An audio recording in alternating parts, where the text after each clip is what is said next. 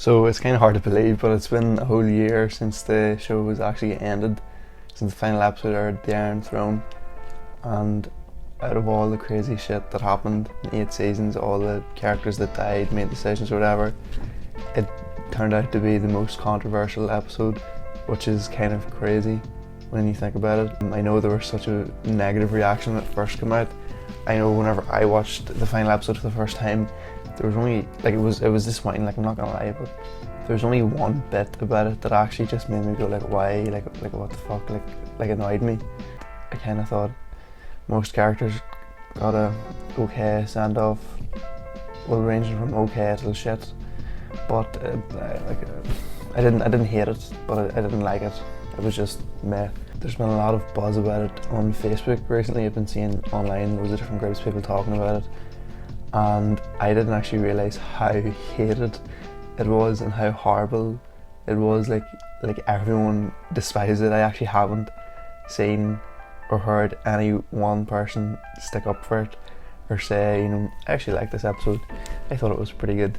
And season 8 is at the bottom of everyone's rankings, like, which is crazy when you think about it. Like, it at the time was the biggest show in the world. Everyone's eyes was on it, and I know so many people that watched the final episode and had never seen a single episode just to see, you know, what the whole fuss was about. And the writers had all the resources they could have ever wanted. You know, they had such a long time to make this, to craft it, and on top of that they had George R. R. Martin to draw from, so, you know, it's not like they had like lack of creativity, and that a roadmap laid out of what was sort of going to happen. You know, obviously there was no specifics because the books haven't been finished yet, but they roughly had some idea of what to do, and I don't know how, but they royally fucked it up. I mean, it's crazy the fact that there's so many different characters, so many different storylines, and they managed to please absolutely no one with that final episode.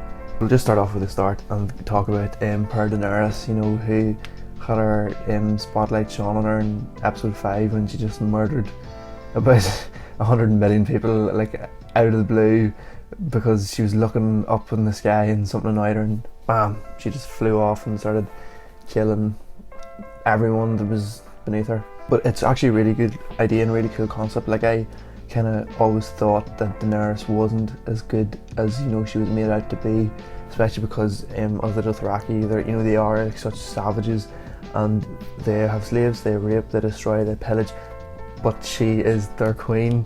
She's, you know, the Khaleesi, which was really, you know, I always thought, you know, that doesn't click, you know. You know, if she's coming over here to Westeros to make it a better place, the Dothraki, you know, that is kind of going to stop that from happening. And also the fact that she had dragons, you know, I thought, well, if she ends up on the throne, what are they going to do, just hang about? Like, no, like, there has to be some sort of, you know, climax there. There's something is going to happen that we don't expect. I had always thought that from whenever I started watching the show, but I never thought she would just crack, you know, like an egg and start killing people left, right and centre for no seemingly reason. Sure, she had dark moments, and, you know, she punished her enemies, and, you know, maybe she did some things that made you think like, right, Daenerys, you know, that was a bit far, but she never just like saw random people and was like, right, I'm gonna fucking burn these people for walking around in the street. Like, having Daenerys mad is such a cool concept, because, you know, she had came as a sort of saviour, and on the far side of the earth, you know, she'd improved the lives of so many, and, you know, seeing that downfall play out would have been such a cool concept. Like, could you imagine if there was like 2 seasons where she had the Iron Throne and she was making all these bad decisions and making the place such a horrible place to be, and, you know, she ended up being worse than Cersei, worse than Joffrey, worse than everyone. And then we see our heroes, you know, like Sansa or Arya or Jon, you know, them teaming up and stopping her, and you know, that would be such a cool dynamic, especially because Jon would play on both sides.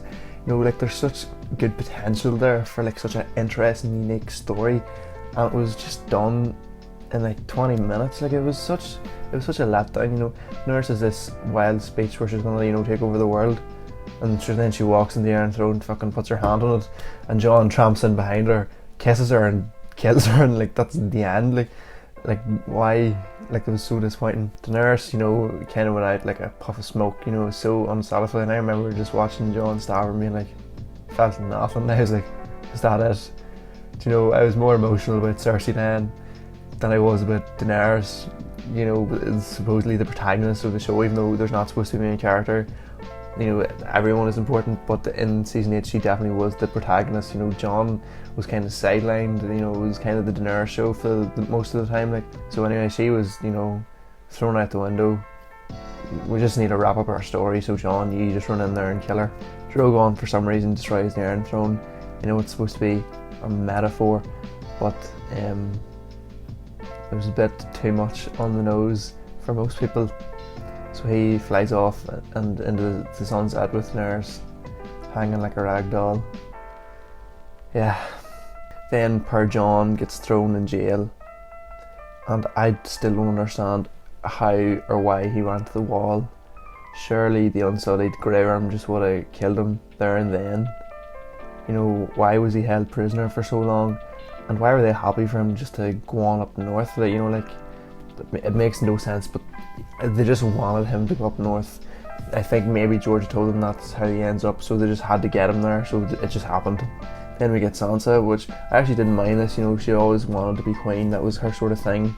She kind of let that go though around season 4 onwards. It was never really said, I want to rule. But then whenever she lands back to Winterfell, there is that kind of tension between her and Jon, which is played up a bit too much, but you can see there was the groundwork laid for Sansa becoming queen in the north. So I actually thought that was pretty well executed. Could have been done better, but I thought it was okay. Then per Arya, she goes, what's west of Westeros? Something she said randomly 2 seasons ago. It's a cool idea, but again, came out of the blue. She'd been saying, we're a family, we need to stick together, and she was going to kill Cersei and then came back to Winterfell because she's a Stark. And then once it's all over, Cersei's just gonna sail away to God knows where. It's inconsistent. And then we get to Bran the Broken. I think Dave and Dan are the only 2 people in the world that actually liked Bran. He's the most unlikable character. He done nothing throughout the entire show. He goes on his own adventure, and they didn't know what to do with him, so they just left him out of season 5. You don't hear head nor tail of him. He's not there. You don't know what's going on. Season 6, I thought he was actually pretty cool. He was learning all these cool powers or whatever, and then he turns into the Three-Eyed Raven, and he just becomes an absolute asshole. Like Dawn, poor girl that dragged him back to Winterfell. He didn't even thank her. He just sent her on her merry way, and that was the end of it. And she'd risked her life, lost her brother, everything for him. And so then he's on about, I can never be Lord of Winterfell, blah blah blah. And he's giving all these mystic talks and talking absolute shite. And then they decide the best thing for a ruler to have is a good story. And honestly, whenever I heard Tyrion say, stories are what unite us and all this here sort of crap, I thought he was on about Arya, because she killed the Night King, and she came from the Faces Men, and I was gobsmacked whenever there was Bran. I remember being that was the only thing that actually shocked me. I was like, are you joking? But I suppose it makes sense now, because obviously in the episode 3, everyone thought, oh, Bran's gonna play a part, he's gonna defeat the Night King, whatever. And he did nothing, he just sat about in the woods and looked. That was it, that was the height of him. I don't know why it was so important, why everyone wanted to defend him, but that's what happened. But it makes sense now, because we're all wondering, this is building up his storyline, what is he going to do? And he did nothing. And I was like, how is he going to play in? Is he going to take down Daenerys? How is this going to work? So I probably should have seen it coming, Bran's done nothing.